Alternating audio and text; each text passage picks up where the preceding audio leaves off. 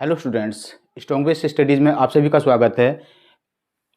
Units and measurement topic कर रहे हैं। इसमें 3 क्लासेस ऑलरेडी हो चुकी हैं। आज चौथी क्लास है। पहली क्लास में हमने इसकी कंसेप्ट या थ्योरी की थी। दूसरी क्लास में इसके जो इम्पोर्टेंट क्वेश्चन थे वो किए थे, और तीसरी क्लास में किए थे जेई मेंस 2023 के जो आए हुए क्वेश्चन हैं। और आज की है क्लास में हम नीट या अदर्स जो मेडिकल एग्जाम्स हैं, एंट्रेंस एग्जाम्स हैं, उनमें आए हुए कुछ क्वेश्चंस।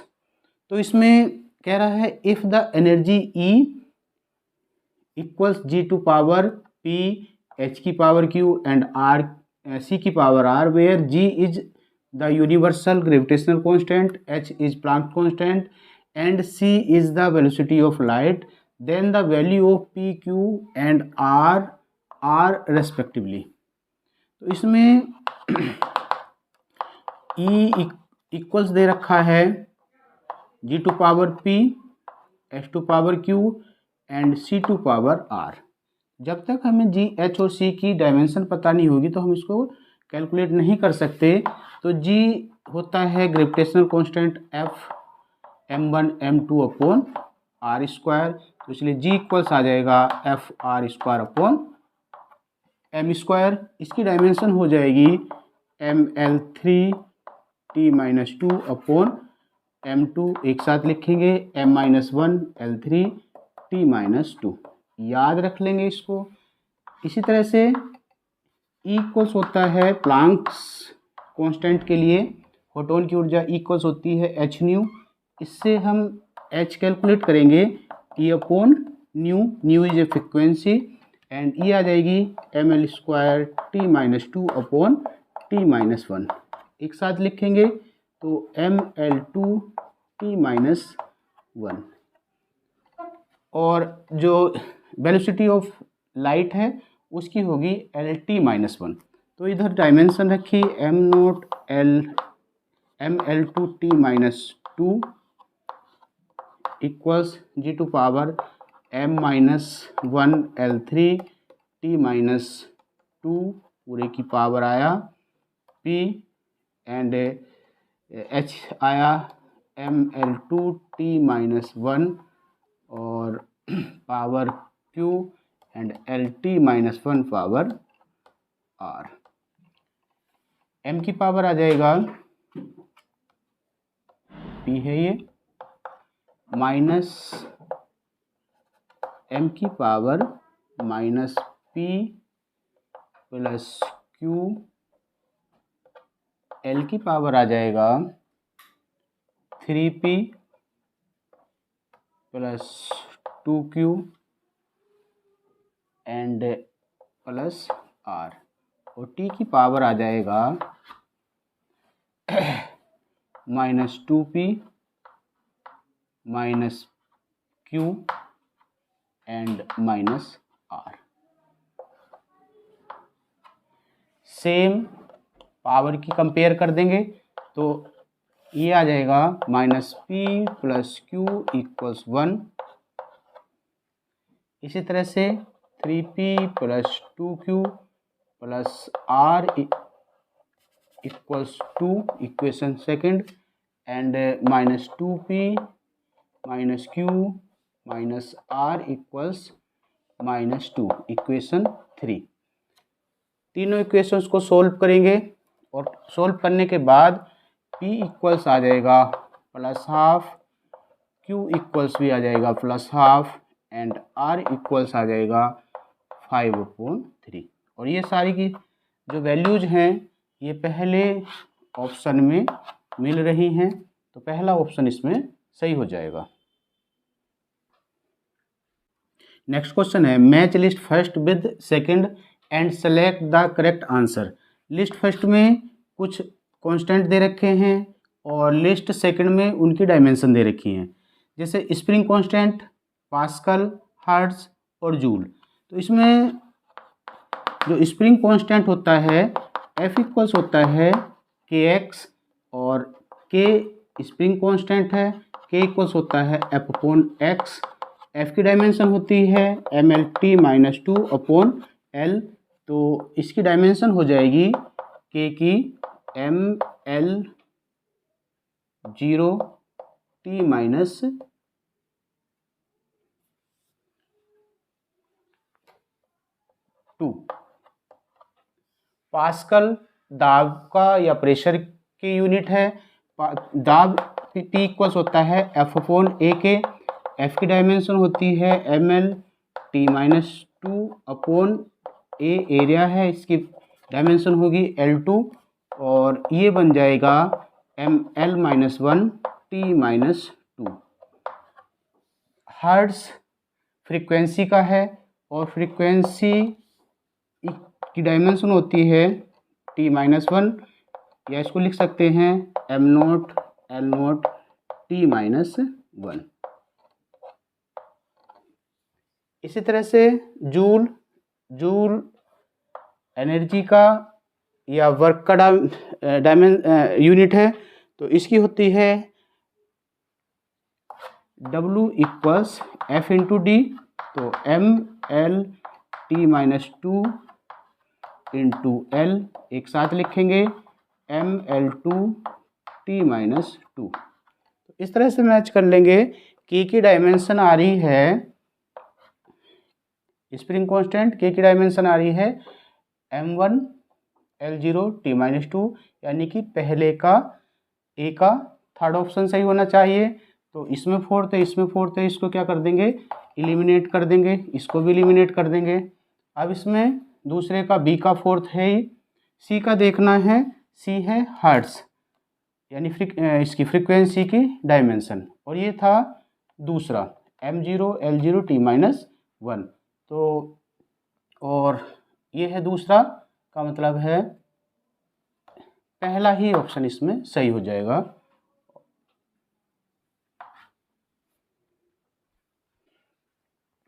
नेक्स्ट क्वेश्चन है which of the following does not have similar dimension. तो इसमें पढ़ते समय ध्यान देना है, डज नॉट हैव या हैव, इसमें कंफ्यूजन नहीं होना चाहिए।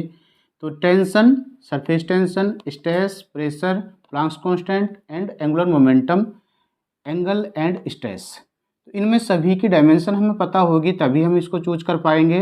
टेंशन जो होता है, टेंशन फोर्स होता है और फोर्स की डायमेंशन होती है ml-T-2।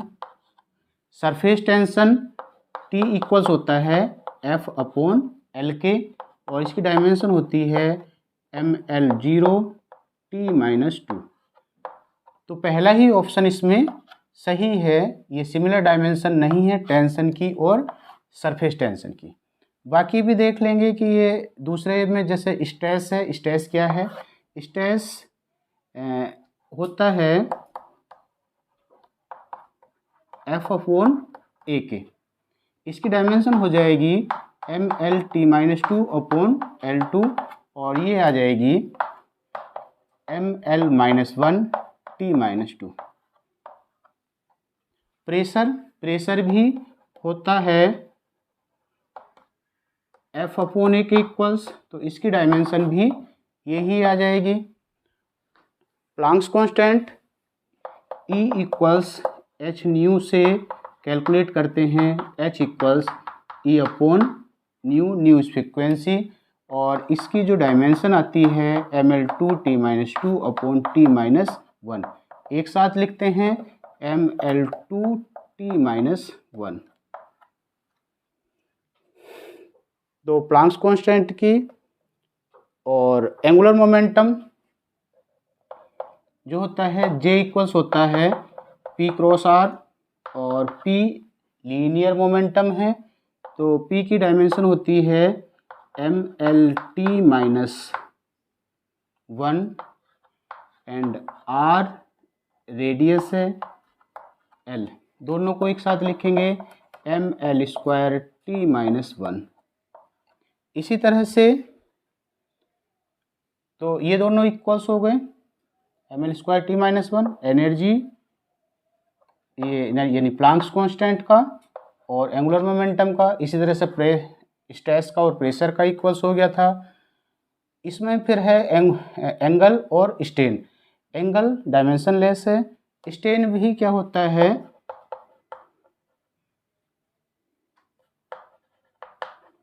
Change in length upon initial length, और दोनों ही सेम डायमेंशन है तो ये भी डायमेंशनलेस होता है। एंगल का भी L0 T⁻0 होता है। तो ये और ये सेम डायमेंशन के हैं, ये और ये सेम डायमेंशन के हैं, ये और ये भी सेम डायमेंशन के हैं। टेंशन और सरफेस टेंशन सेम डायमेंशन के नहीं है, क्योंकि पूछ रहा था does not have similar dimension. तो इस तरह से पहला ऑप्शन सही हो जाएगा। Using mass m, length L, time t and current A as fundamental quantities, the dimensions of permeability are. इसमें ये एम्स 2004 में आया हुआ क्वेश्चन है। तो परमेबिलिटी का मतलब होता है, जैसे मान लिया एक फॉर्मूला है F/L इक्वल्स μ0/2π I1 × I2/R। ये फॉर्मूला है कि अगर कोई दो पैरेलल वायर हैं जिसमें करंट I1 I2 फ्लो हो रही है, तो इसमें जो एक फोर्स क्रिएट होगा इसकी पर यूनिट लेंथ, उसकी वैल्यू होती है जहां R जो है इन दोनों के बीच की का सेपरेशन है। तो इसकी पर यूनिट लेंथ जो फोर्स होता है वो होता है μ0/2π I1 I2/R। ये जो है μ0, ये ही परमेबिलिटी है। तो μ0 इक्वल्स आ जाएगा F/L into R/I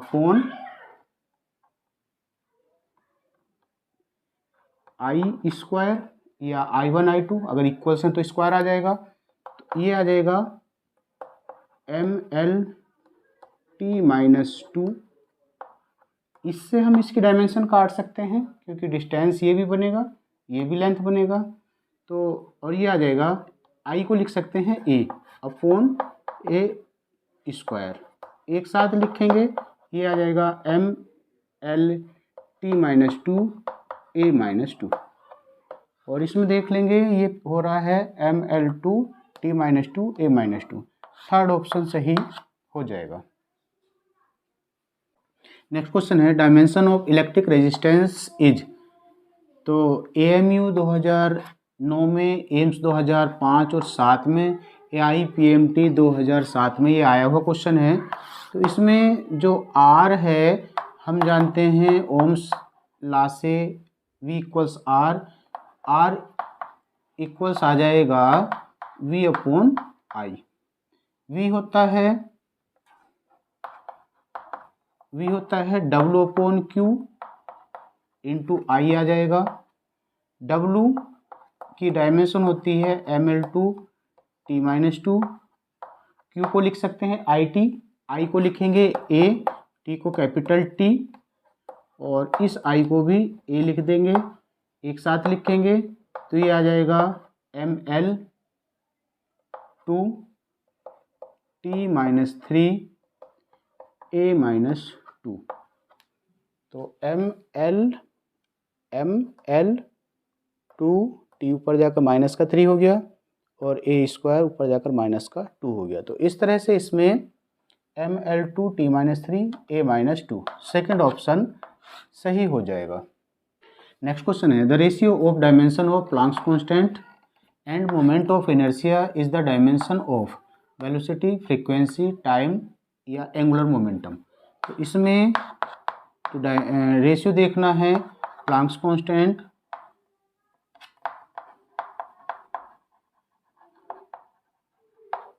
upon moment of inertia का।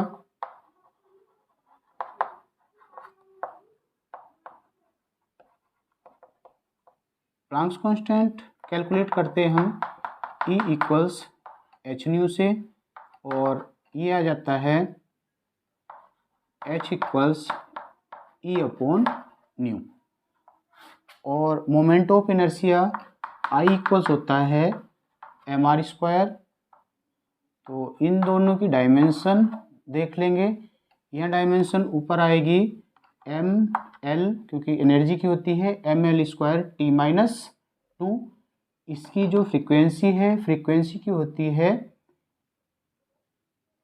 टी माइनस वन, तो ये आ जाएगा M L two T minus one. और एम की एम, आर की एल स्क्वायर, इससे लिखे एक साथ लिखेंगे M zero L zero T minus one. और ये किसकी है? ये है फ्रीक्वेंसी की।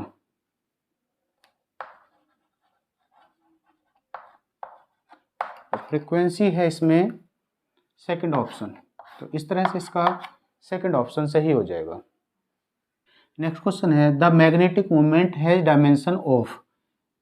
इसमें मैग्नेटिक मोमेंट जो होता है वो होता है m equals I N A. Meena याद रख लेंगे। किसी भी जो कॉइल होती है उसके लिए जो मैग्नेटिक मोमेंट होता है आई इक्वल्स होता है m इक्वल्स होता है आई एन ए, यानी मीना।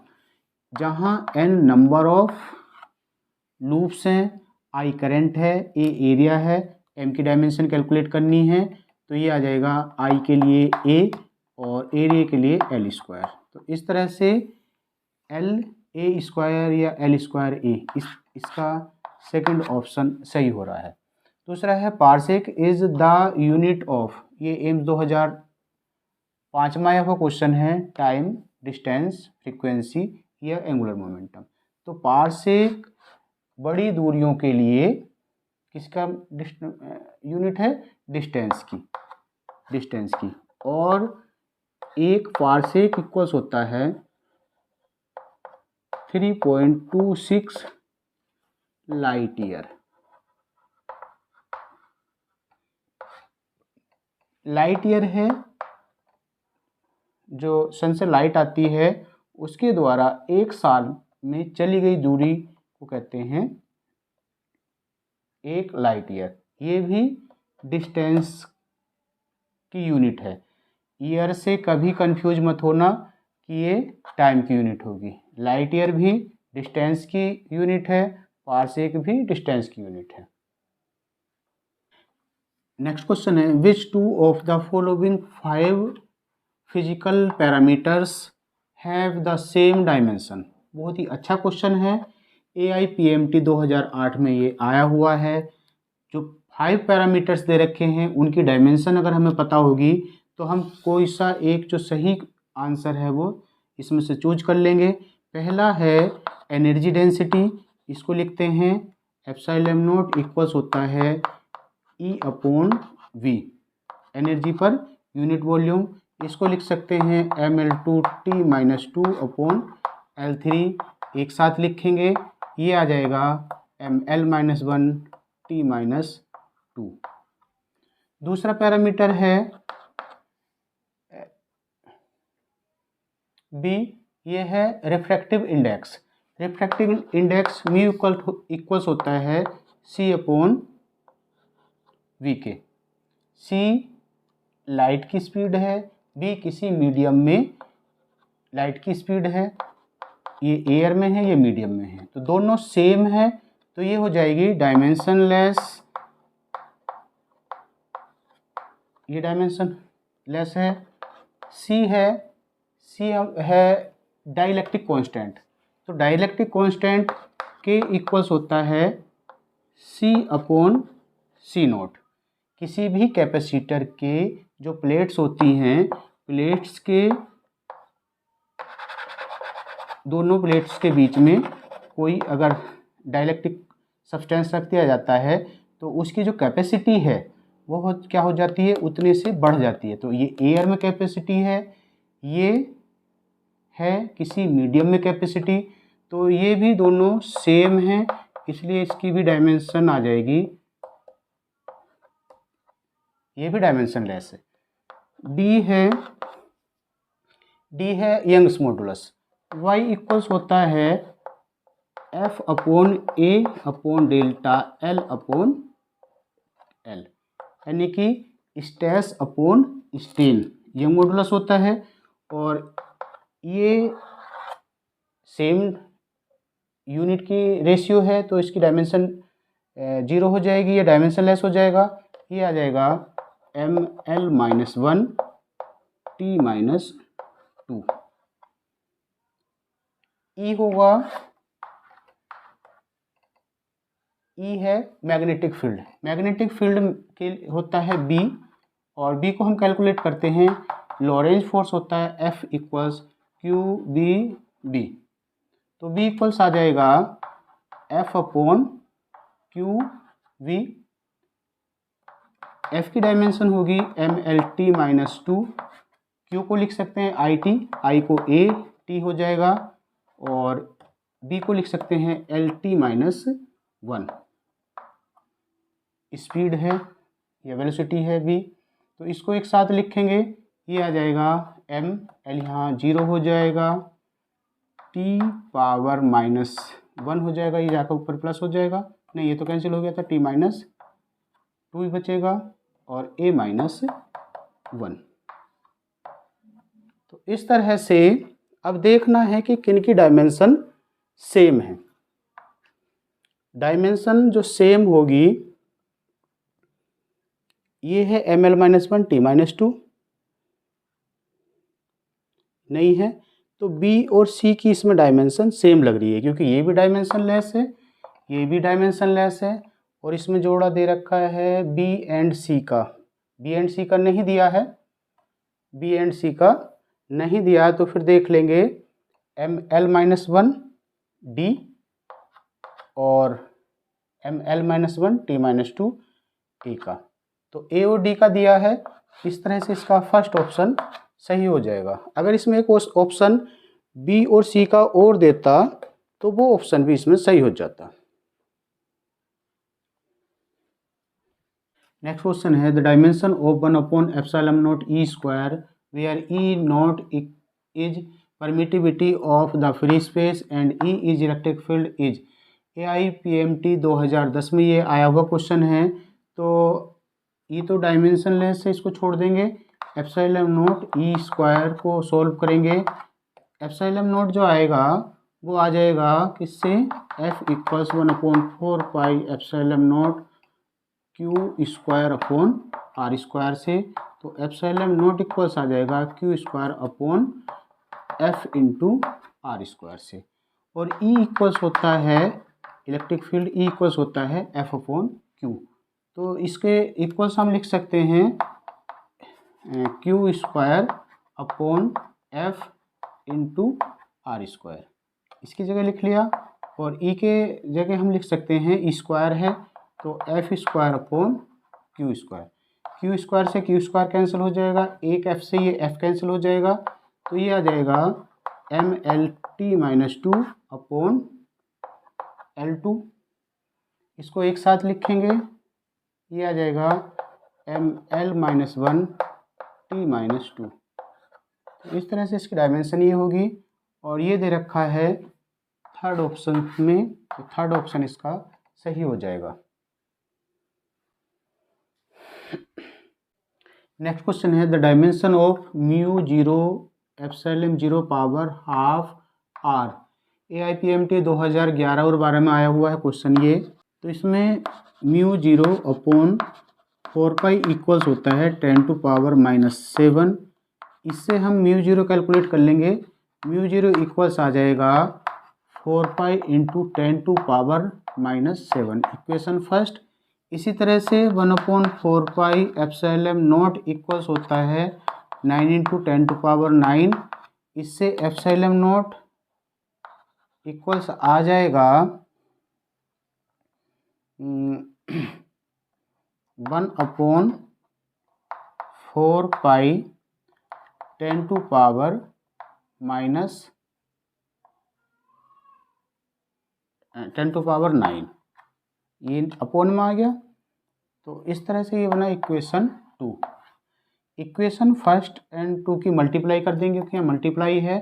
तो equation first and equation second को मल्टीप्लाई करने पर इधर आ जाएगा μ0 इंटू ε0 इक्वल्स, यह है 4π इंटू 10⁻⁻7 इंटू 1/4 पाई इंटू 10⁹ इससे कट जाएगा। और जब इसको एक साथ लिखेंगे, क्योंकि अब ये आ जाएगा μ0 इंटू ε0 इक्वल्स 10⁻⁻, ये ऊपर जाकर 16 हो जाएगा। और ये इसके साथ 9 और था, इसके साथ 9 और था, तो इसको लिख सकते हैं 1/9 इंटू 10⁻, प्लस के आ जाएगा ये 16। इसको उल्टा कर देंगे, या इसको लिख सकते हैं μ0 इंटू ε0 इक्वल्स 1/3 इंटू 10⁸ का होल स्क्वायर। तो ये किसकी का मान है? सी की वैल्यू, स्पीड ऑफ लाइट की वैल्यू, तो इसको सी लिख सकते हैं। तो ये आ जाएगा μ0 की पावर हाफ इक्वल्स सी। दोनों तरफ हमने क्या किया, इसका रूट लिया, तो ये अंडर रूट आया, और ये ऊपर ले गए तो ये इक्वल्स आया सी। और सी जो डायमेंशन होगी वो होती है स्पीड की या वेलोसिटी की, L2 होती है LT-1। दूसरा क्वेश्चन है find the dimensional formula of polarisation. AIIMS 2016 में आया हुआ क्वेश्चन है। तो जो पोलराइजेशन होता है वो dipole moment per unit volume के इक्वल्स होता है। तो पोलराइजेशन की डायमेंशन पूछ रहा है, और डाइपोल मोमेंट जो होता है Q इंटू एल होता है, और वॉल्यूम होगा L⁻3। Q को लिख सकते हैं IT, और ये बचा L⁻⁻2। एक साथ लिखेंगे AT L-2। तो इस तरह से, या इसको लिख सकते हैं L-2 T1 एंड A1। और ये आंसर बन रहा है हमारा फर्स्ट ऑप्शन सही, L-1 L-2 T1 और A1। तो इस तरह से कर लेंगे ये क्वेश्चंस। नेक्स्ट क्वेश्चन है a physical quantity of dimension of length that can be formed out CG and E²/4πε0 is. Length की जो डायमेंशन है वो इन में से किससे बनेगी वो देखना है। तो एक तो मेथड ये है कि लेंथ के, मान लिया कि लेंथ की जो डायमेंशन है C की पावर A, G की पावर B एंड E²/4πε0 की पावर C, या XYZ मान करके इसको करेंगे, इक्वेशन बनाएंगे, सोल्व कर लेंगे। एक तो मेथड वो है, उस मेथड से हम कई क्वेश्चन कर चुके।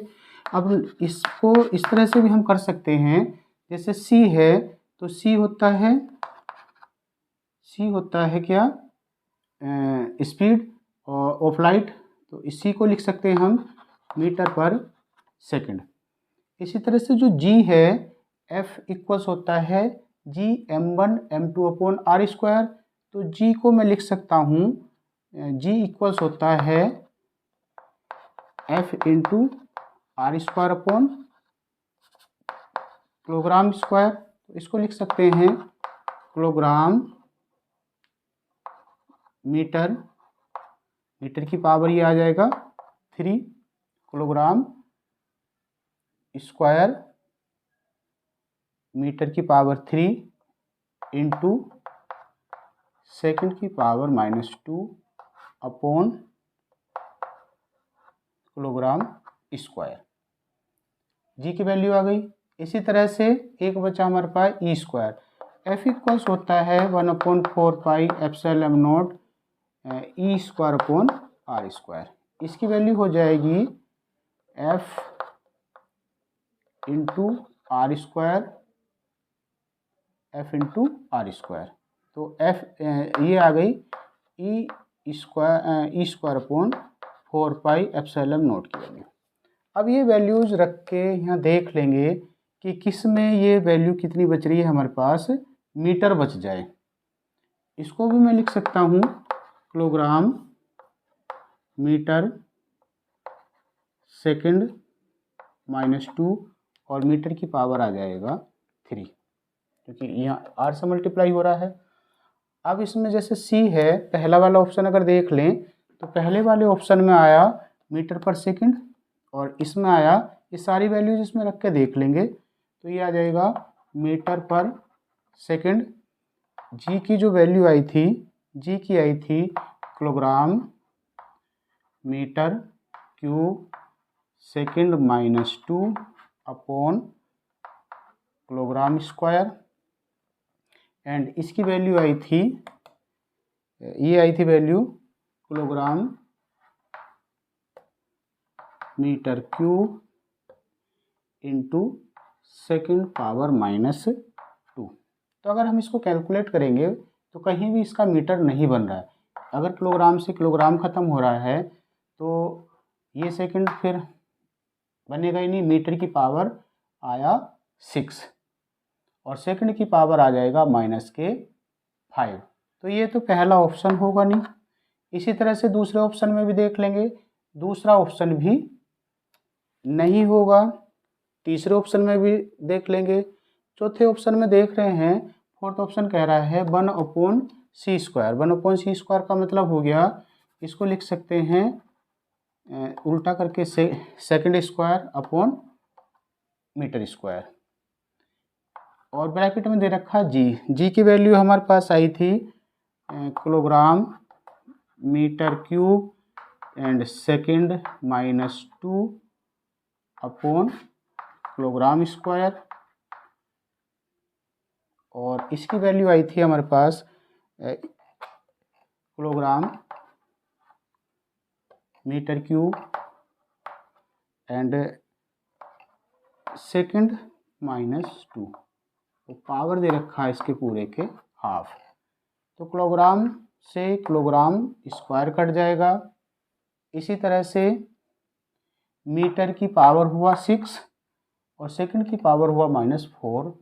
जैसे यहाँ से इसके पावर हाफ करेंगे तो ये आ जाएगा second square upon metre square into, ये आया था पावर 6 और ये करेंगे मीटर की पावर 3 और ये आया अपॉन में आया सेकंड की पावर 2। इससे ये कैंसिल हो जाएगा, इससे ये कैंसिल हो जाएगा, केवल 1 मीटर बचेगा। और मीटर किसकी यूनिट होती है? लेंथ की, और इसको लिख सकते हैं हम L। तो इस तरह से भी हम इसको कर सकते हैं। अगर ये आसान लग रहा है तो इससे कर लेंगे, और नहीं तो फिर वो है कि L इक्वल्स C की पावर X G की पावर Y एंड इस पूरे की power Z। X Y Z की वैल्यू निकाल लेंगे, फिर उससे भी वो आ जाएगा।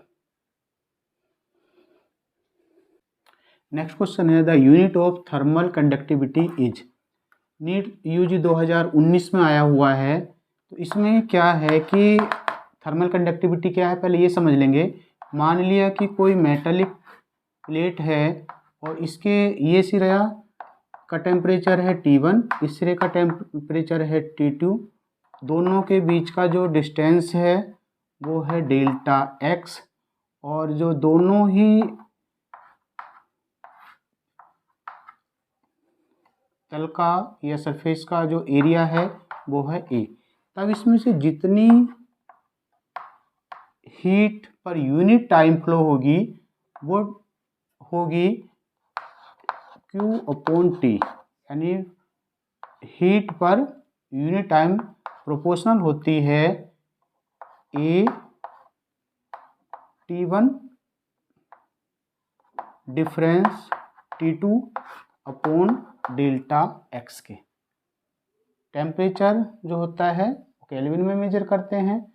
इसको लिख सकते हैं Q/T इक्वल्स K A, इसको डेल्टा T भी लिखा जा सकता है अपॉन डेल्टा x। ये जो है ये है थर्मल कंडक्टिविटी, ये है थर्मल कंडक्टिविटी। तो K इक्वल्स आ जाएगा, इसको लिखा जा सकता है Q/T को वाट यानी W, तो Q/T into delta x upon a into delta T, a into delta T equals k। इसको लिख सकते हैं वॉट, ये आया W, इसको लिख सकते हैं मीटर अपॉन मीटर इंटू, इसको लिख सकते हैं मीटर स्क्वायर इंटू केल्विन। तो मीटर से मीटर कैंसिल हो जाएगा, k इक्वल्स आ जाएगा W m power 1 and k power -1। इस तरह से इसका जो ऑप्शन सही हो रहा है वो हो रहा है फोर्थ ऑप्शन सही। तो स्टूडेंट्स, अगर कंटेंट अच्छा लग रहा है, वीडियो पसंद आ रही है, तो वीडियो को ज़्यादा से ज़्यादा शेयर कीजिए, चैनल को सब्सक्राइब कीजिए। यूनिट एंड डायमेंशन या मेजरमेंट में आज इतना ही, और नेक्स्ट जो हम क्लास करेंगे वो करेंगे हम एरर की या परसेंटेज एरर की।